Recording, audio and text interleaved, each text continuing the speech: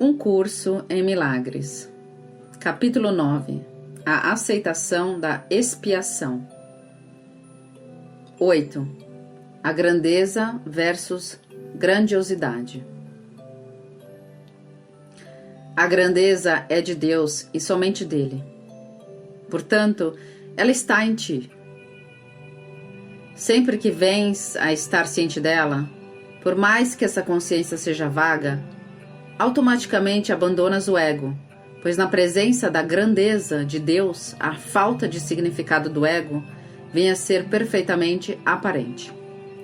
Quando isso ocorre, mesmo que ele não o compreenda, o ego acredita que o seu inimigo, entre aspas, atacou e tenta oferecer dádivas para induzir-te a retornar para a sua proteção, entre aspas.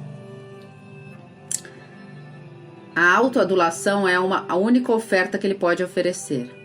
A grandiosidade do ego é a alternativa que ele tem para a grandeza de Deus. Qual das duas escolherás? A grandiosidade é sempre um disfarce para o desespero. É sem esperança porque não é real.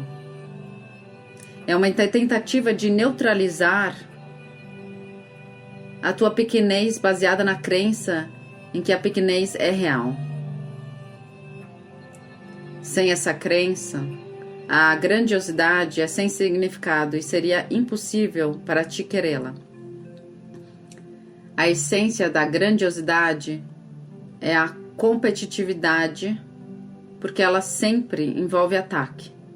É uma tentativa ilusória de fazer melhor, não de desfazer. Dissemos anteriormente que o ego vacila entre a suspeita e a perversidade. Ele permanece suspeitando enquanto tu te desesperas. E passa para a maldade quando decides não tolerar o autoabatimento e procurar alívio. Então, ele te oferece a ilusão do ataque, como uma solução, entre aspas. O ego não compreende a diferença entre grandeza e grandiosidade, porque ele não vê nenhuma diferença entre os impulsos para os milagres e as suas próprias crenças alienadas. Eu te disse que o ego está ciente da ameaça à sua existência, mas não faz distinções entre esses dois tipos muito diferentes de ameaça. Seu profundo senso de vulnerabilidade torna-o capaz de julgar, exceto em termos de ataque. Quando o ego vivencia a ameaça, a única decisão que toma é se deve atacar agora ou se deve retirar-se para atacar mais tarde. Se aceitas a sua oferta de grandiosidade, ele ataca imediatamente. Se não aceitas, ele esperará.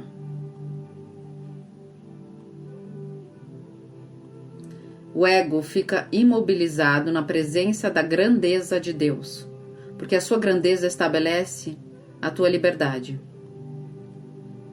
Mesmo o mais leve sinal da tua realidade literalmente empurra o ego para fora da tua mente, porque desistirás de qualquer investimento nele. A grandeza é totalmente desprovida de ilusões e, porque é real, é convincente de forma constrangedora. Entretanto, a convicção da realidade não vai permanecer contigo, a não ser que não permitas que o ego o ataque. O ego fará todos os esforços para recuperar e mobilizar as suas energias contra a tua liberação. Ele te dirá que és insano e argumentará que a grandeza não pode ser uma parte real de ti devido à pequenez na qual ele acredita. No entanto, a tua grandeza não é delusória, pois não foste tu que a fizeste. Fizeste a grandiosidade e tens medo dela, porque em uma forma de ataque, mas a tua grandeza é de Deus que a criou a partir do seu amor. Em função da tua grandeza, só podes abençoar. porque a tua grandeza é a tua abundância. Abençoando, a retens em tua mente, protegendo-a das ilusões e mantendo-te na mente de Deus.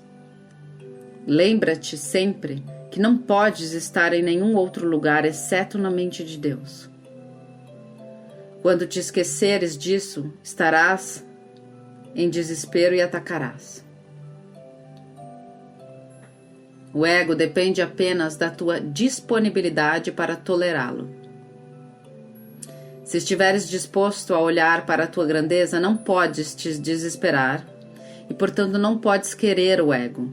A tua grandeza é a resposta de Deus ao ego, porque é verdadeira. Pequenez e grandeza não podem coexistir e nem é possível que se alternem.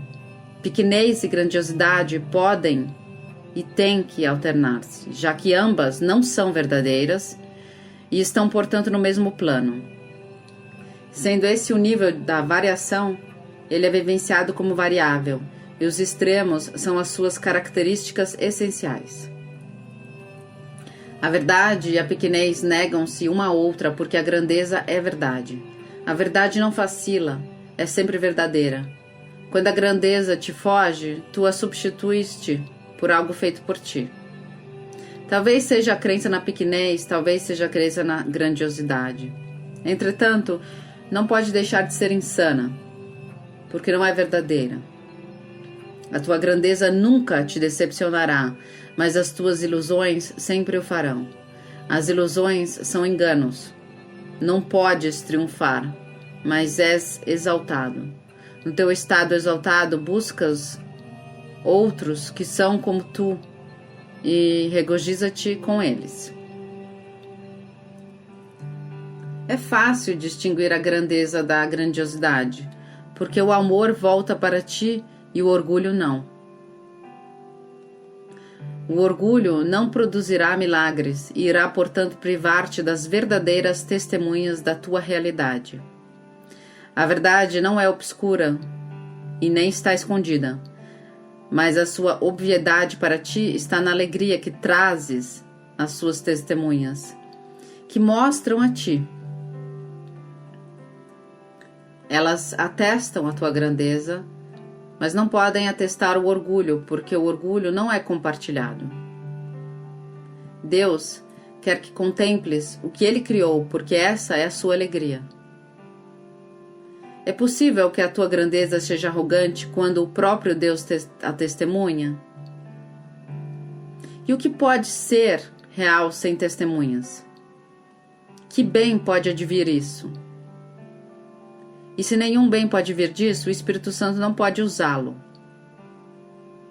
O que ele não pode transformar na vontade de Deus absolutamente não existe. A grandiosidade é delusória porque ela é usada para substituir a tua grandeza.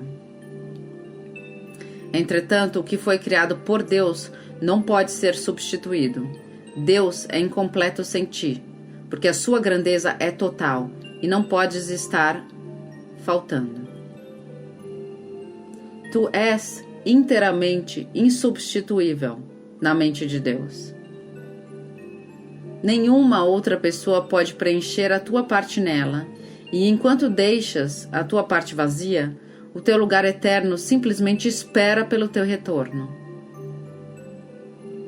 Deus, através da sua voz, lembra-te disso e o próprio Deus mantém a salvo as tuas extensões dentro dele. Entretanto, não as conhece enquanto não as retoma a elas. Não podes substituir o reino e nem substituir a ti mesmo. Deus, que conhece o teu valor, não quer que seja assim. E por isso não é assim. O teu valor está na mente de Deus e, portanto, não está na tua. Aceitar a ti mesmo como Deus te criou não pode ser arrogância, pois é a negação da arrogância. Aceitar a tua pequenez é arrogante, porque significa que acreditas que a tua avaliação de ti mesma é mais verdadeira do que a de Deus. No entanto, se a verdade é indivisível, A tua avaliação de ti mesmo não pode deixar de ser a mesma de Deus. Não foste tu que estabeleceste o teu próprio valor, e ele não necessita de defesas. Nada pode atacá-lo nem prevalecer sobre ele. Ele não varia. Meramente é.